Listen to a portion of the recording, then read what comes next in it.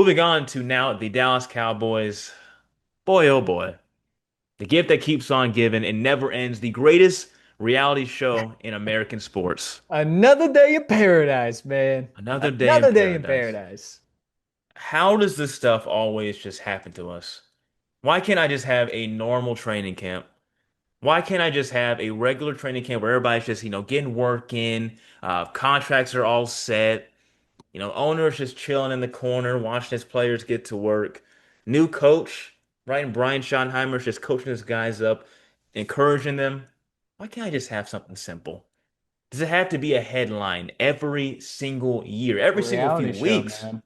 I'm It's a really reality show. surprised that there hasn't been a keeping up with the Joneses or anything like that. My I'm God. very surprised that Jerry hasn't greenlit a uh, a reality show before he hits the hay.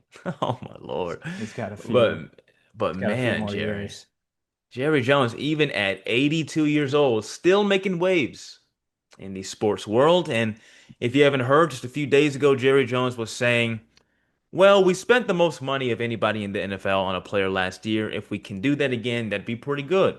I think you ought to look at free agency, not so much the criticism we got last year, but look in years past and how we've done it. It'll probably be more in line. And, he was obviously talking about the Micah Parsons contract talks that have been hyped for, a few months now. And I understand the conversation, but these are the kind of things you don't say. Wouldn't you agree? Like outside in the public, especially in the beginning of training camp. I think it's always funny because it's like whenever Jerry does have a quote like this, it's always like, no, no, no, you're taking it out of context. Like, how many times are we going to take a Jerry quote out of context? Maybe he's just dumb. I don't know. Like, maybe he just doesn't know how to speak the media, which is surprising. He's been here for way too long. My favorite part of that quote is whenever he says that you got to look at free agency, not so much the criticism we got last year.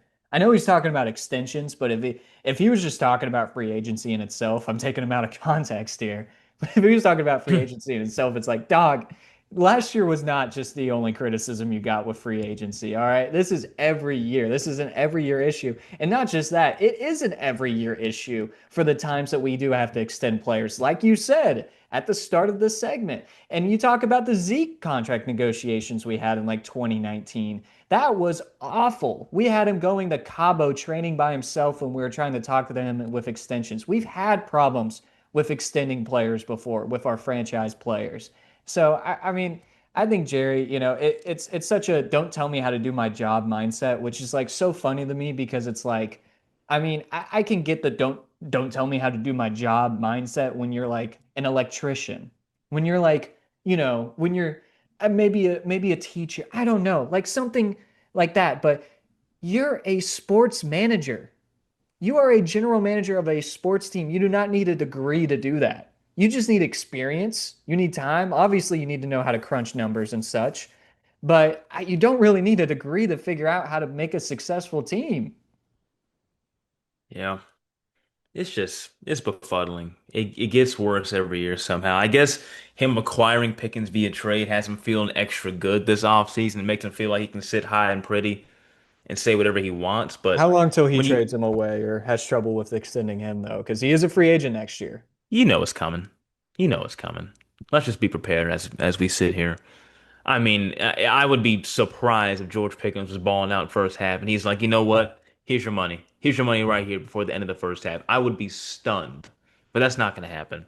And here was Trayvon Diggs' comments defending Micah, because he was saying he really wants to be here. I've been with him ever since he came in, and he's worked hard. He's earned everything. He's earned every dollar. He's performed on the field. So, I think it's time to get it done. Make sure we keep this thing together. And Micah's response was, man, this one kind of made me a little sad because he was saying, I don't take it personally. I just don't understand. And he was saying, I've been pretty consistent, which he has. I like to go about my business, like I said, as long as I'm here and under contract, I'm going to do what I have to do to perform at the highest level. But if this is the end, this is the end. He's just clip farming, man. Oh, That's a he clip absolutely farm is. right there. He's trying He's to get trying, the famous he's trying to make quotes. some leverage, create some leverage, which he's doing a great job of. He has the leverage. He's Yeah, Micah I mean, Parsons. it's Micah Parsons, and you wish that, I wish that I could 100% be on Micah Parsons' side, but there's got to be two-way conversation here, and Micah needs to fix some things that he does on the field too. I think that his production by the end of the season has not been as strong as what he does at the beginning of seasons. Um, he needs to figure that out, I think. But yeah, you don't just let him walk away. You just don't let him walk away. And you don't you Oh my you know you God. give him the money. You give him the money because you're not going to find anyone else like Micah Parsons out there. All right. You cannot replace Micah Parsons. No matter if his production starts to teeter off a little bit by the end of the year, it does not matter. All right. And it's also because he's like the most, he doesn't get holding calls. It's unbelievable. But I mean, Still, yeah. yeah, he still doesn't. But I mean, you're just not going to find a replacement out there.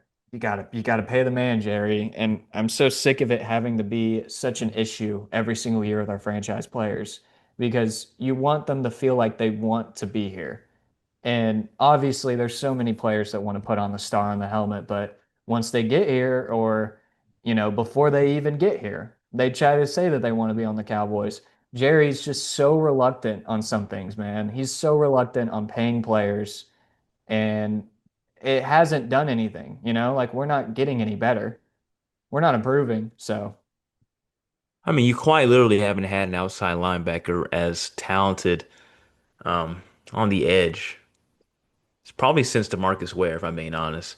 I mean, I love DeMarcus Lawrence, but he's not really what Micah has been. It is such a DeMarcus Ware, natural. DeMarcus Lawrence.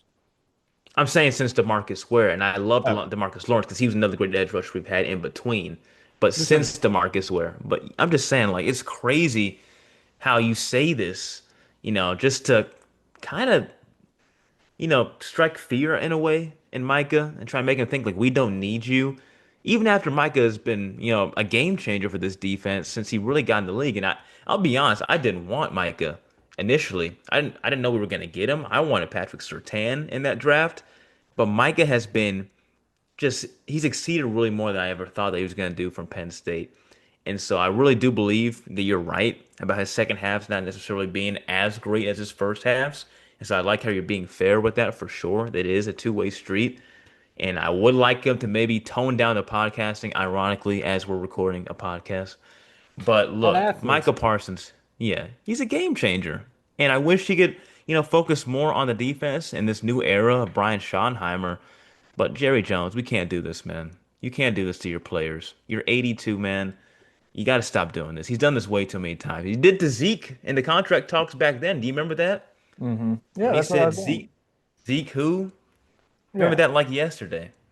And I think Crazy. that And then this whole it's just like a psychological thing and like maybe we're just overdoing it. Maybe we're just like, maybe we're just two idiots with a microphone right now that are just going too harsh on Jerry Jones or the Cowboys. I don't think you can ever go too harsh on them, but I mean, you I mean, look, it is a psychological thing when you have a owner who is so linked to the team. I mean, he is the face of the Cowboys. he gets Everybody post-game knows. conferences, Yeah, post-game like yeah. He media. does post-game conferences. Whenever he's leaving to go to the locker room post-game after a tough loss, you're going to see him walking there. You're going to see him hobbling over to the locker room. Mike Leslie or somebody's going to tweet it out, and everybody's going to be laughing at him What or owner angry does at him that? or something like that. He is the face of the Cowboys. And when you go there every single year and you're like, we're all in, and then you go into an offseason and you get clowned on by the entire media, the entire national, by all the social media, all these players are seeing how these people are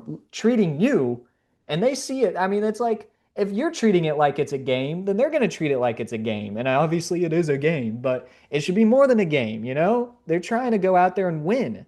And if you're treating it just like a game, you're not going to go out there and win. So I think it's a psychological thing. It goes down to the players when you have an owner like this that just seems to be a poser. I don't know. It just it's befuddling.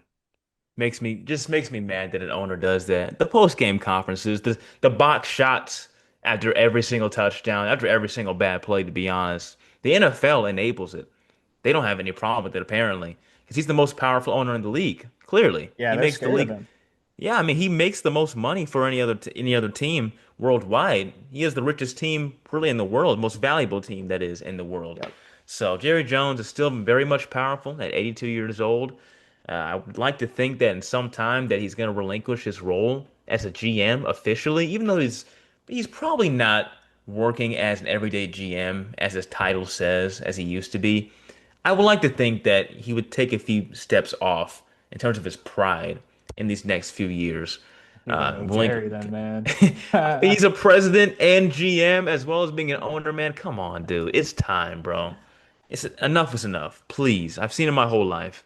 So I think we needed that I, rant, both of I us. mean, to be honest, like just for his health, man, you need to lay it. I mean, I'm not saying this just because, I'm not. I want a new GM or a new owner or anything, but like for his health, man, you told me that he was 82 years old. I mean, he looks like he could be close to 100 years old.